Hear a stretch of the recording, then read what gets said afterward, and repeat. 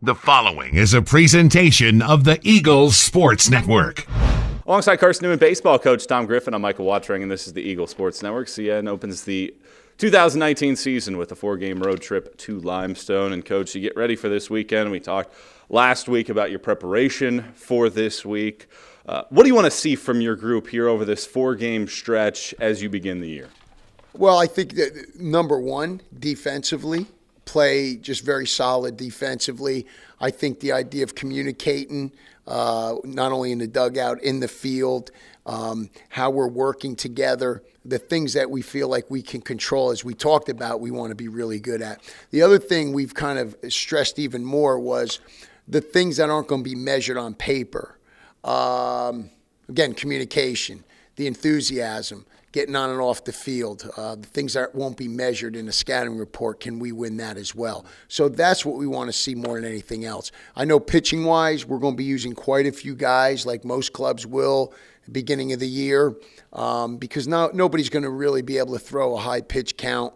We're going to have to build into that. So I think finding out who can do what and getting their feet wet, for some guys, it's going to be the first time they pitched in a collegiate game. So be interesting to see how that goes. You mentioned that as you get through this first weekend, kind of like a spring training to see where everybody's at. Yeah. Do you want to see some guys step up and say, you know what, this is my spot. This is going to be my role this year? Yeah, I think so. And there's a couple positions it's very similar to what you just said. I think more on the pitching side, number-wise, but I do think that the depth that we have, you'll get some guys who get their opportunity, and it's almost like, all right, what can you do with that? I think as coaches, though, we have to understand if someone doesn't have a good day, you can't write it off. It's just part of the process, and you just want to see them compete more than anything else. Make sure they compete in there.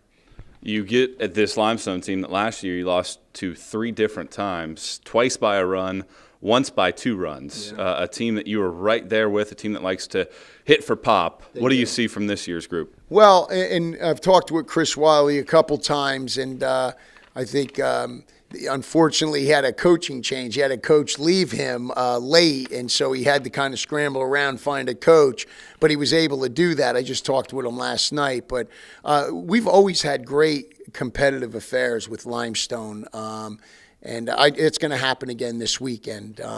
So I know for his club, they have a little bit of power. They play very well in their park.